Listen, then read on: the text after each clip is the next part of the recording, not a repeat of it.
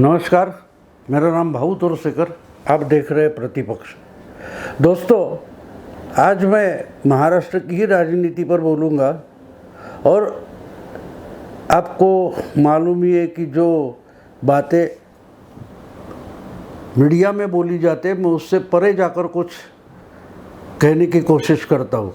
तो आज मैं इसी बात पर बोलूँगा कि महाराष्ट्र में जो राजनीति की उथल पुथल चल रही है, उसमें बहुत सारी बातें ऐसी हैं कि जो आम जनता देख नहीं पाती। मीडिया जो है, पत्रकार जो है, उन्होंने उनको दिखानी चाहिए, समझानी चाहिए। और ऐसी एक बात है कि जो अजीब है, अजूबा है।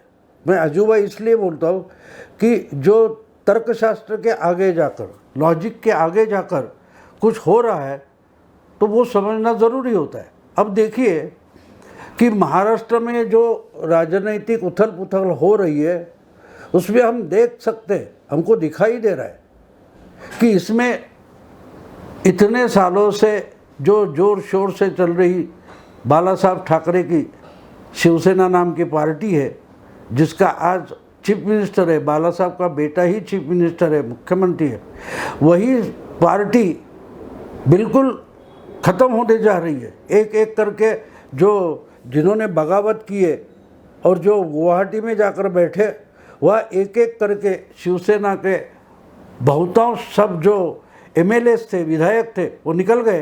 कुछ 10-12 बचे हैं।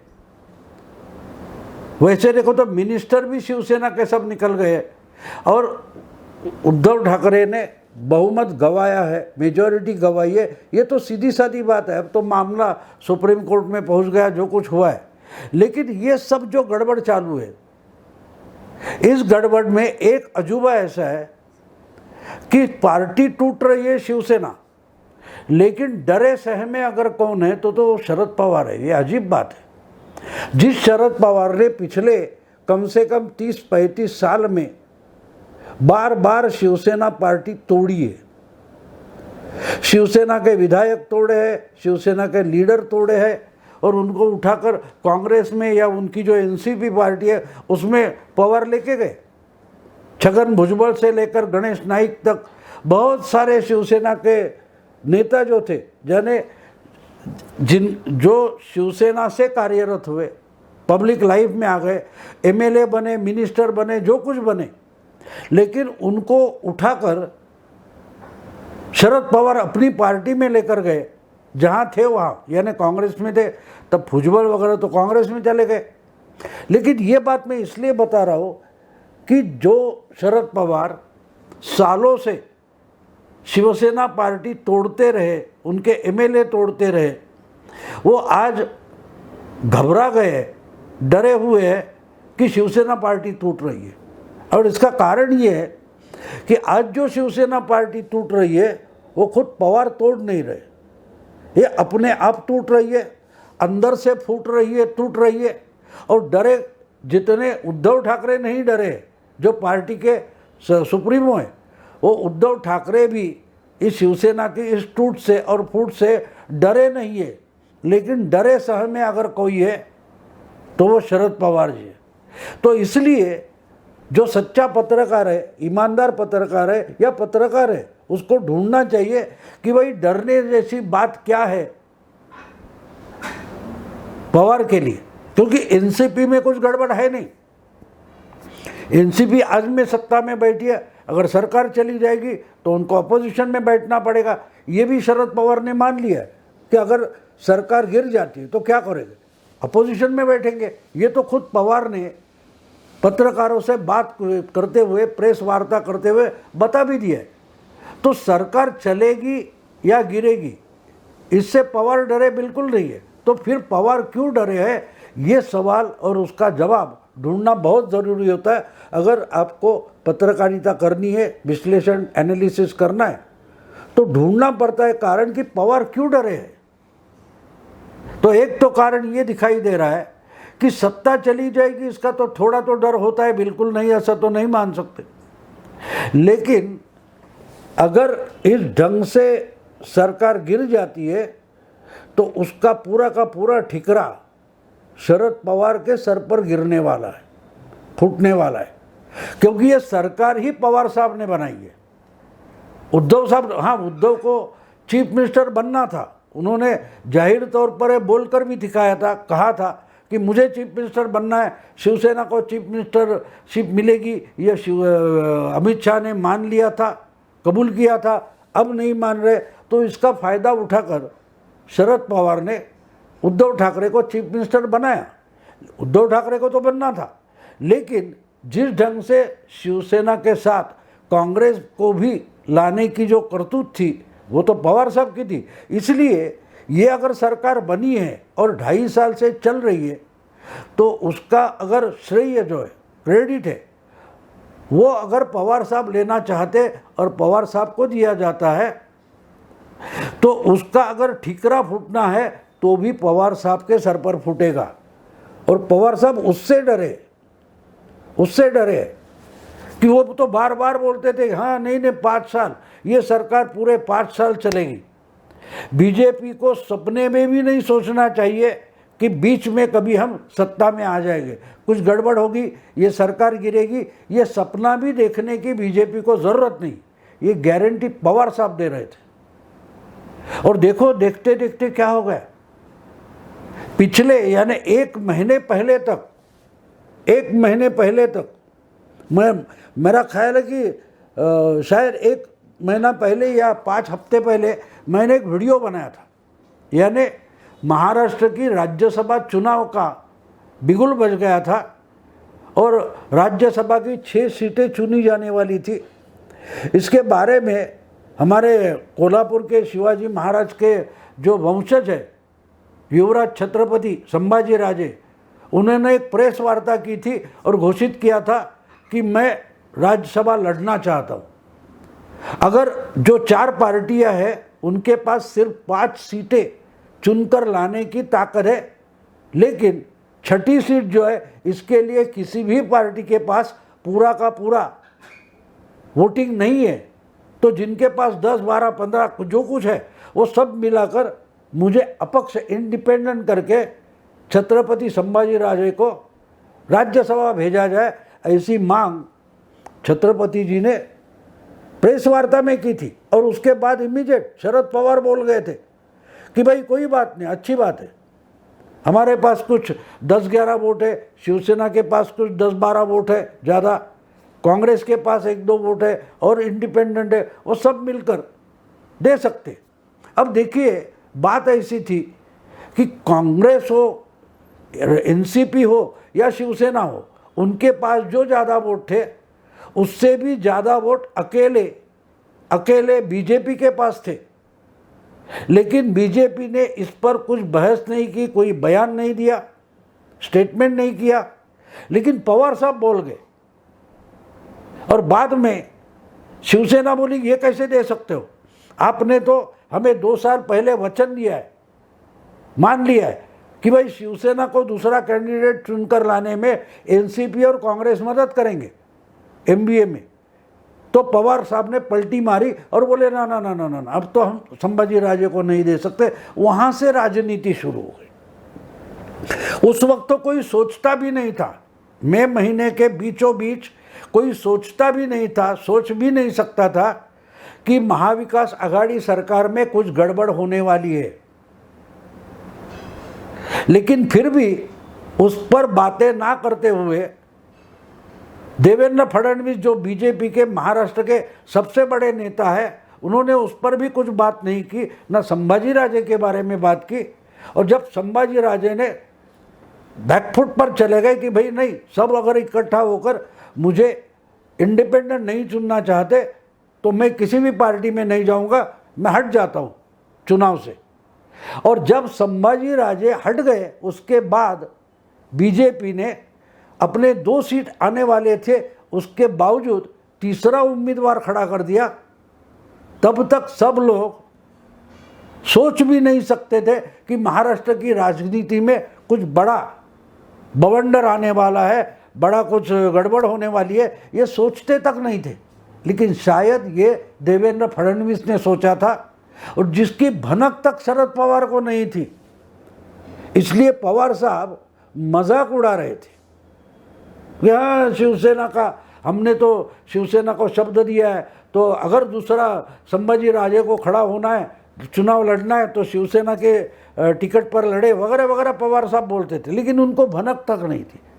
इतनी ही बात नहीं है, जब 13 तारीख को, मेरा ख्याल 10 तारीख को राज्यसभा चुनाव हो गए, वोटिंग हो गया, और अपने पास उतने वोट ना होने के बावजूद देवेंद्र फडणवीस ने बीजेपी का तीसरा राज्यसभा कैंडिडेट चुनकर लाया। उसके बाद भी पवार साहब गाफिल थे, उनको भनक तक नहीं थी कि क्या हो रहा है, कौन सा बवंडर आने वाला है, मजाक करते बैठे थे। और आज वही पवार डरे हैं। देखिए, इसके बाद 10 दिन में विधान परिषद का चुनाव हो गया, उसमें भी बीजेपी के पास 5वें उम्मीदवार के लिए वोट नहीं थे, तो उन्होंने ओपनली देवेंद्र फडणवीस ने बोला था कि हमने 5वां कैंडिडेट इसलिए खड़ा कर दिया है कि महाविकास आघाड़ी जो सत्ता में बैठी है उसके नाराज एमएलए ही हमारा 5वां कैंडिडेट चुनकर लाएंगे। फिर भी पवार साहब ने उनका मजाक उड़ाया था, और आगे क्या हुआ वो हम देख रहे। और आज अगर पवार साहब डरे हैं तो क्यों डरे हैं? शिवसेना टूट गई इसलिए, क्योंकि विधान परिषद के चुनाव के बाद जब रिजल्ट हो रहा था, काउंटिंग हो रहा था, वोट की गिनती हो रही थी, उसी वक्त शिवसेना के कम से कम 2 दर्जन एमएलए भागकर मुंबई छोड़कर सूरत में गुजरात गए थे, और उसी रात उनको उठाकर 21 जून को असम गुवाहाटी लाया गया। तो इसमें शिवसेना तो टूट रही है, एक एक करके। अब तो 40 से भी ज़्यादा शिवसेना के विधायक एमएलए गुवाहाटी पहुंच गए। आदित्य ठाकरे छोड़कर विधानसभा में चुनकर आए एक भी मिनिस्टर ने अभी उद्धव के साथ रहना जरूर नहीं माना, वो सब तो निकल गए। तो शिवसेना पार्टी टूट रही है, विधानसभा में तो टूट गई है, शायद आगे चलकर जो हर जिले में, हर तालुके में, तहसील में टूटेगी, कारपोरेशन में, महापालिका में, जिला परिषद में, हर जगह टूटेगी, संगठन की तौर पर टूटेगी। चुनाव आयोग के सामने भी दावे किए जाएंगे। तो पार्टी शिवसेना टूट रही है, लेकिन उसको बचाने के लिए भगदड़ मची है। तो शरद पवार के गुट में, उनकी पार्टी में भगदड़ मची है। क्यों शरद पवार शिवसेना को बचाना चाहते? असल में पवार साहब की पिछले 30 साल की राजनीति शिवसेना को खत्म करना, शिवसेना को तोड़ना, इसमें लगी थी। वही पवार आज शिवसेना बचाने में लगे। तो मुझे कुछ दोस्तों ने पूछा, हमारे मराठी पत्रकारों ने, कि ये इसका असेसमेंट तुम कैसे करोगे, इसका एनालिसिस कैसे करोगे? जो पवार साहब अपनी जिंदगी भर शिवसेना के खिलाफ लड़े हैं, शिवसेना को तोड़ने की राजनीति उन्होंने की है, तो आज वो शिवसेना बचाने की कोशिश क्यों कर रहे हैं? अब समझिए दोस्तों, जो एक बोला जाता है ना, ये रणनीति में, युद्ध नीति में, हथियारों में, मिसाइल, तो गाइडेड मिसाइल भी होता है। मिसाइल होता है, यहाँ से उसको बत्ती लगा दो तो जाकर कहीं गिरता है, धमाका कर देता है। तो आगे चलकर उसमें डेवलपमेंट होते होते गाइडेड मिसाइल आ गया। तो गाइडेड मिसाइल का मतलब क्या होता है? उस मिसाइल को छोड़ने से पहले उसका टारगेट दिया जाता है, उसका लक्ष्य दिया जाता है, और वो मिसाइल, क्षेपणास्त्र अगर बत्ती देने के बाद उड़ेगा तो उसका टारगेट हिला तो भी उसका पीछा करते करते वहां तक जाके पहुंचता है। उसको गाइडेड मिसाइल बोलते। उसका लक्ष्य तय किया जाता है, मार्ग वो मिसाइल खुद ढूंढ लेता है जहां उसका लक्ष्य है। अगर लक्ष्य हिलता है, टारगेट हिलता है, बदला जाता है, तो भी वो टारगेट तक जाकर पहुंचेगा और वहीं जाके धमाका करेगा। उसको गाइडेड मिसाइल बोलते। पवार साहब ने पिछले कुछ सालों से, 10-15 सालों से शिवसेना तोड़ने के लिए जो राजनीति खेली है, जो दांवपेच खेले हैं, उसमें उन्होंने एक मिसाइल का इस्तेमाल किया है। उसका नाम संजय राउत है, जो शिवसेना पार्टी के प्रवक्ता है, नेता है, और शिवसेना की शिवसेना की तरफ से चौथी बार राज्यसभा चुनकर पहुंच गए। वो है तो पार्टी शिवसेना में, लेकिन वो हमेशा शरद पवार के लिए लड़ते आए, शरद पवार को जो चाहिए उसी ढंग की राजनीति करते आए। तो एक तरीके से हम बोल सकते हैं कि शिवसेना पर शरद पवार ने जो बहुत पहले से दागा हुआ एक मिसाइल है, जो शिवसेना खत्म करने के लिए पवार साहब ने छोड़ा हुआ मिसाइल है, उसका नाम संजय राउत है। लेकिन अब ये जो गाइडेड मिसाइल है वो तो शिवसेना को खत्म करने में कामयाब हो गया। शिवसेना टूटने का काम या तोड़ने का काम संजय राउत ने पूरा कर दिया है। लेकिन क्या उसके बाद संजय राउत रुक जाएंगे, थम जाएंगे? क्या होगा अगर संजय राउत वहीं के वहीं जहां शिवसेना खत्म हो गई वहां नहीं रुके तो वो अनगाइडेड मिसाइल हो जाता है और वो कहीं भी जाकर गिरेगा, कहीं भी जाके धमाका करेगा। जो अहमियत पिछले 2.5, 3, 5 साल में शरद पवार ने संजय राउत को दी है, संजय राउत जिस ढंग की राजनीति करते आए उसके पीछे शरद पवार ने जो अपनी पूरी की पूरी ताकत खड़ी कर दी, उसके बाद संजय राउत एक मिसाइल बन गए जिसने शिवसेना का सत्यानाश कर दिया। शिवसेना बीजेपी अलायंस तोड़ दी। इसके लिए शिवसेना बीजेपी अलायंस तोड़ना ये पहला टारगेट था, उसके बाद शिवसेना तोड़ना ये दूसरा टारगेट था। लेकिन पवार साहब समझ नहीं रहे कि अगर ये 2 टारगेट पूरे किए तो संजय राउत नाम का जो मिसाइल है वो इसके आगे कौन से टारगेट पर जाकर गिरेगा, कहाँ धमाका करेगा, कहाँ विनाश करेगा। इसलिए पवार साहब डरे क्या अब ये अनगाइडेड मिसाइल संजय राउत नाम का ये एनसी पे कर आकर गिरेगा?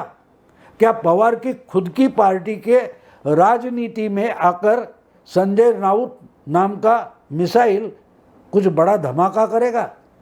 तो शरद पवार संजय राउत से डरे हुए।